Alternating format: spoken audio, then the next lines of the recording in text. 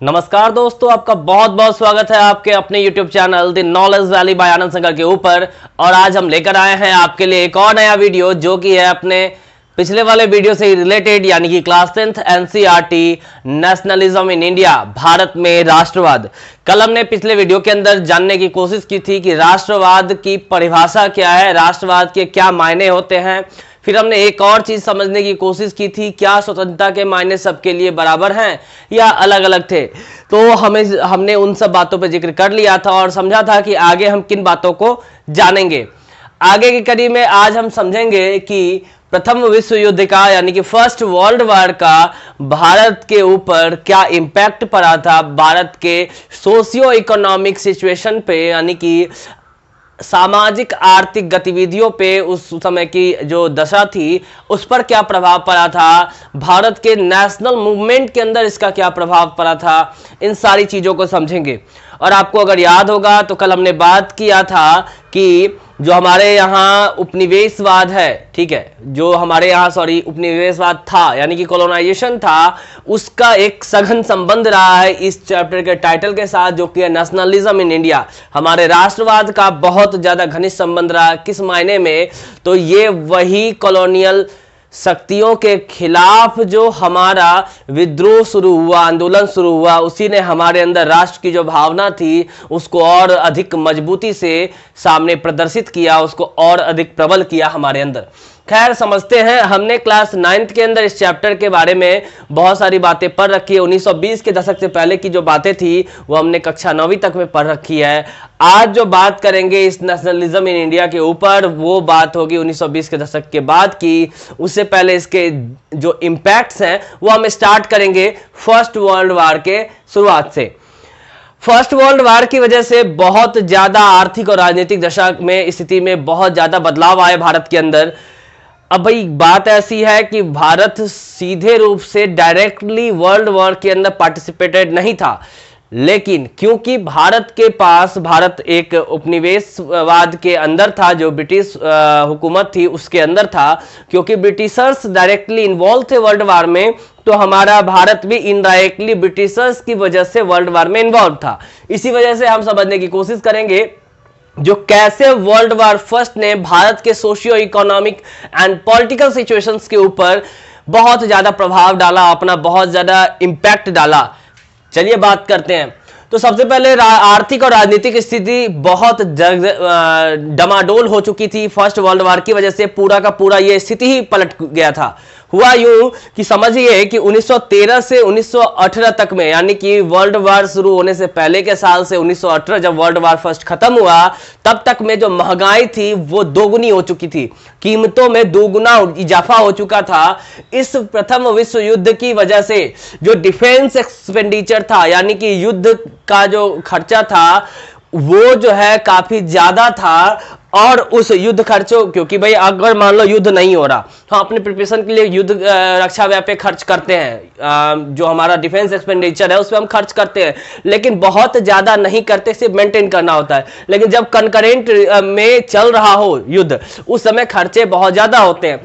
इस defence expenditure में जो इजाफा हुआ, रक्षा व्यय में जो इजाफा हुआ, उसको बैलेंस करने के लिए, यानी उसकी पूर्ति के लिए क्या किया गया, तो रक्षा करों में बढ़ोतरी की गई, यानी कि रक्षा सौदे के लिए बहुत अधिक से अधिक कर्ज लिए गए। ठीक है, सॉरी कर लिख दिया मैंने, यहां कर्ज होगा।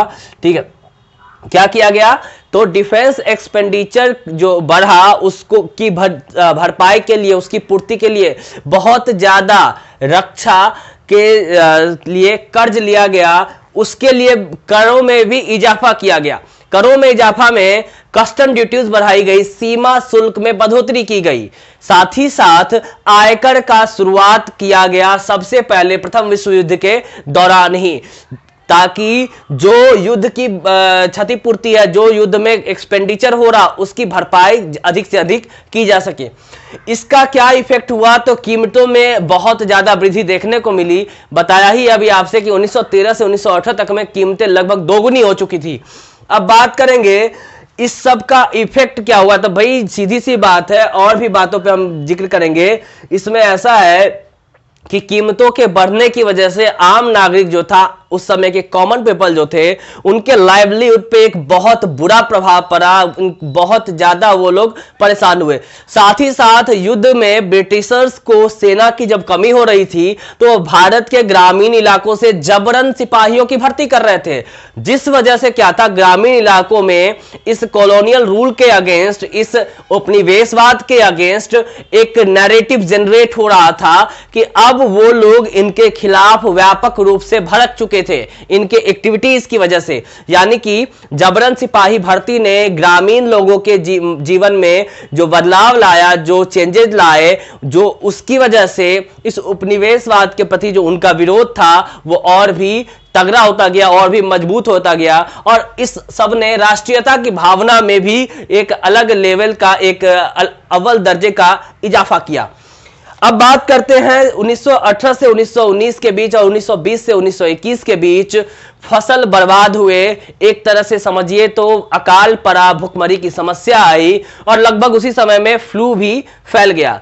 इन सारे वजहों से जो एक तरह से हमारे यहाँ की आर्थिक और सामाजिक स्थिति थी वो पूरी तरीके से एक तरह से समझिए कि डमाडोल हो चुकी थी, बहुत बुरी स्थिति में आ चुकी थी।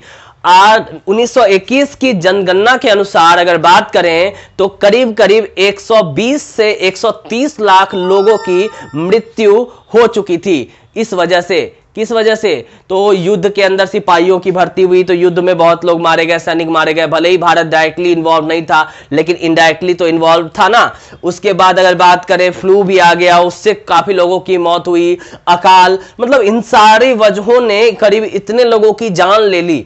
एक normal day to day life के अंदर जो चल रहा होता वो अपने जगह सही है, बाकी इसका कितना निगेटिव इंपैक्ट पड़ा भारत के सामाजिक स्थिति पे ये आप इससे अंदाजा लगा सकते हैं।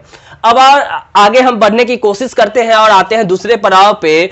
अब इस सब की वजह से जो उत्पन्न रोष था लोगों में, एक विद्रोह था, उसका कैसे यहां के लोगों ने सामना किया, तो इसके लिए एक कहते हैं ना कि एक उम्मीद के किरण जगना, उस उम्मीद की किरण की तरह भारत में पदार्पण हुआ जनवरी 1915 के अंदर।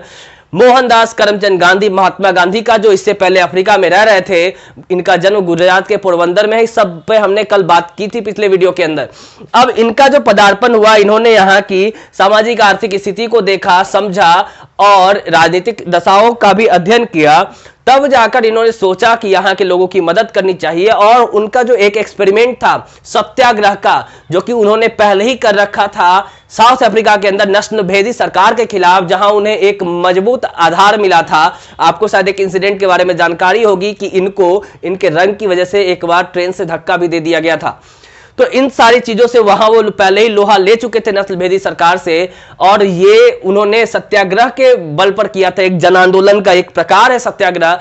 इसमें हम सत्य को, अगर हम सच्चे हैं, हमारी बात में सच्चाई है, हमारे पास सत्य का साहस है, तो हमें शारीरिक बल की आवश्यकता नहीं होती, अपितु हम अपने इस सत्य के बल से ही बड़े से बड़ी शक्ति से टकरा सकते हैं। यह मजबूत इरादा मोहनदास करमचंद गांधी का था और उनका मानना था कि अगर यही इरादा, यही विचार, यही जो भावना है अगर हम भारतीयों के मन में डालते तो वो भी इस अंग्रेजी हुकूमत से लड़ाई लड़ सकती है और बिना किसी ज्यादा शारीरिक परिश्रम के, बिना किसी शारीरिक टकराव के भी हम स्वतंत्रता हासिल कर सकते हैं। इस तरह के चीजों से छुटकारा पा सकते हैं। सत्याग्रह के अंदर एक बात और भी है कि हम इसमें अपने दुश्मन की, जो हमारे ऊपर हमारे उत्प्रेरक हैं, जो हमारे ऊपर उत्प्रेरणा कर रहे हैं, हम उनका नुकसान नहीं चाहते, बस हम अपनी भलाई चाहते हैं। यानी कि ये दुर्भावना से ग्रसित नहीं है विचार, इसीलिए ये काफी मजबूत आधार इन्होंने माना, क्योंकि इसका एक सफल प्रयोग वो ऑलरेडी कर चुके थे। कहां? साउथ अफ्रीका में। तो उसको उन्होंने यहां आजमाया। सबसे पहले 1917 का चंपारण सत्याग्रह याद कीजिए, बिहार की पावन भूमि से, जिसको आज हम मोतिहारी ये कहते हैं ना, बापू धाम मोतिहारी कहते हैं बिहार के अंदर।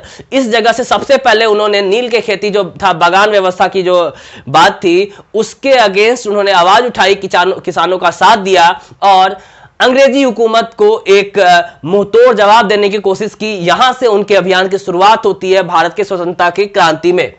उसके बाद उसी साल 1917 में ही गुजरात के खेड़ा जिले के अंदर बहुत सारे ऐसे किसान थे जिनको लगान देनी थी, लेकिन उनका फसल अकाल की वजह से और भी बहुत वजहों से प्लेग वगैरह की वजह से बर्बाद हो चुका था, यानी कि वो किसान इस स्थिति में नहीं थे कि वो कर जो है वो चुका पाए, लगान चुका पाए, और वो चाहते थे कि उनका जो कर है वो माफ किया जाए। उनके लिए, उन किसानों के लिए भी गांधी जी ने क्या किया, वहां अंग्रेजी हुकूमत से लड़ाई लड़ी और उनको विजय दिलवाने की कोशिश करी। फिर 1918 में अहमदाबाद के अंदर सूती कपड़ा उद्योग के मजदूरों के लिए भी उन्होंने लड़ाई लड़ी। गांधी जी के विचार में बात ऐसी थी कि अहिंसा के जरिए हम भारतीयों की एकता को एक सूत्र में बांध सकते हैं, यानी कि एक ऐसा मोटिव हमें चाहिए, एक ऐसा स्टेट चाहिए, एक ऐसी भावना चाहिए जिससे हम सारे भारतीयों को जोड़ सके। क्योंकि भारतीयों, कोई भी जो लोग होगा, जो अलग अलग तबके के लोग होंगे, हमने उसी बात पे कही ना, स्वतंत्रता के मायने सबके लिए अलग थे, ठीक है। जो हर तबका, हर वर्ग था, स्त्री के लिए अलग, पुरुष के लिए अलग, बच्चों के लिए अलग, व्यापारी वर्ग के लिए अलग, हर वर्ग के लिए स्वतंत्रता के मायने अलग थे। और सबको एक धागे में पिरोना कोई मामूली, कोई आसान बात नहीं थी किसी के लिए भी। तो गांधी जी ने एक आधार बनाने की कोशिश की, एक मोटिव बनाने की कोशिश की, जिस पे सबको क्या किया जा सके, सबको जोड़ा जा सके, जिससे उसको उन्होंने माना कि भाई अहिंसा को हम अपनाएंगे और इसके जरिए भारतीयों को जोड़कर इस तरह के जो हमारे आंदोलन बहुत सारे हुए, नॉन कॉर्पोरेशन मूवमेंट की बात करें या उसके असहयोग आंदोलन जिसको कहते हैं हिंदी के अंदर, फिर हम बोले सिविल डिसओबीडियंस मूवमेंट यानी कि सविनय अवज्ञा आंदोलन, इस सब पर हम अगले वीडियो लेक्चर में बात करेंगे। इस तरह से उन्होंने लोगों को जोड़ा और एक मजबूत जन आंदोलन की शुरुआत करी, जो फाइनली कहां डेस्टिनेशन तक पहुंचती है ये हमारा आप जानते हैं। आज के वीडियो में हम इतना ही रहने देते हैं, बस समझते हैं कि एक जो हमने क्या कहा, चंपारण सत्याग्रह का वजह क्या था, बागान व्यवस्था। खेरा सत्याग्रह जो गुजरात के अंदर करा गया था, इसकी क्या वजह थी, इसकी वजह थी वहां किसानों को लगान चुकाने के लिए पैसे नहीं थे, क्योंकि फसल भी बर्बाद हो चुका था, तो उससे मुक्ति के लिए यह आंदोलन किया गया।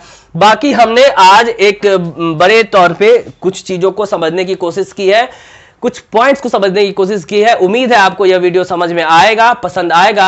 अगर इस तरह के वीडियो और चाहते हैं तो फिर वही बात है, आप कमेंट सेक्शन में बताइए कि आपको यह वीडियो कैसा लगा। वैसे इस सीरीज के वीडियो आगे भी कंटिन्यू होंगे, हो सकता है कहीं कुछ इंटरवल सबको मिले। अब तक के सपोर्ट के लिए बहुत बहुत धन्यवाद। आगे मिलते हैं अगले वीडियो के अंदर। Thank you.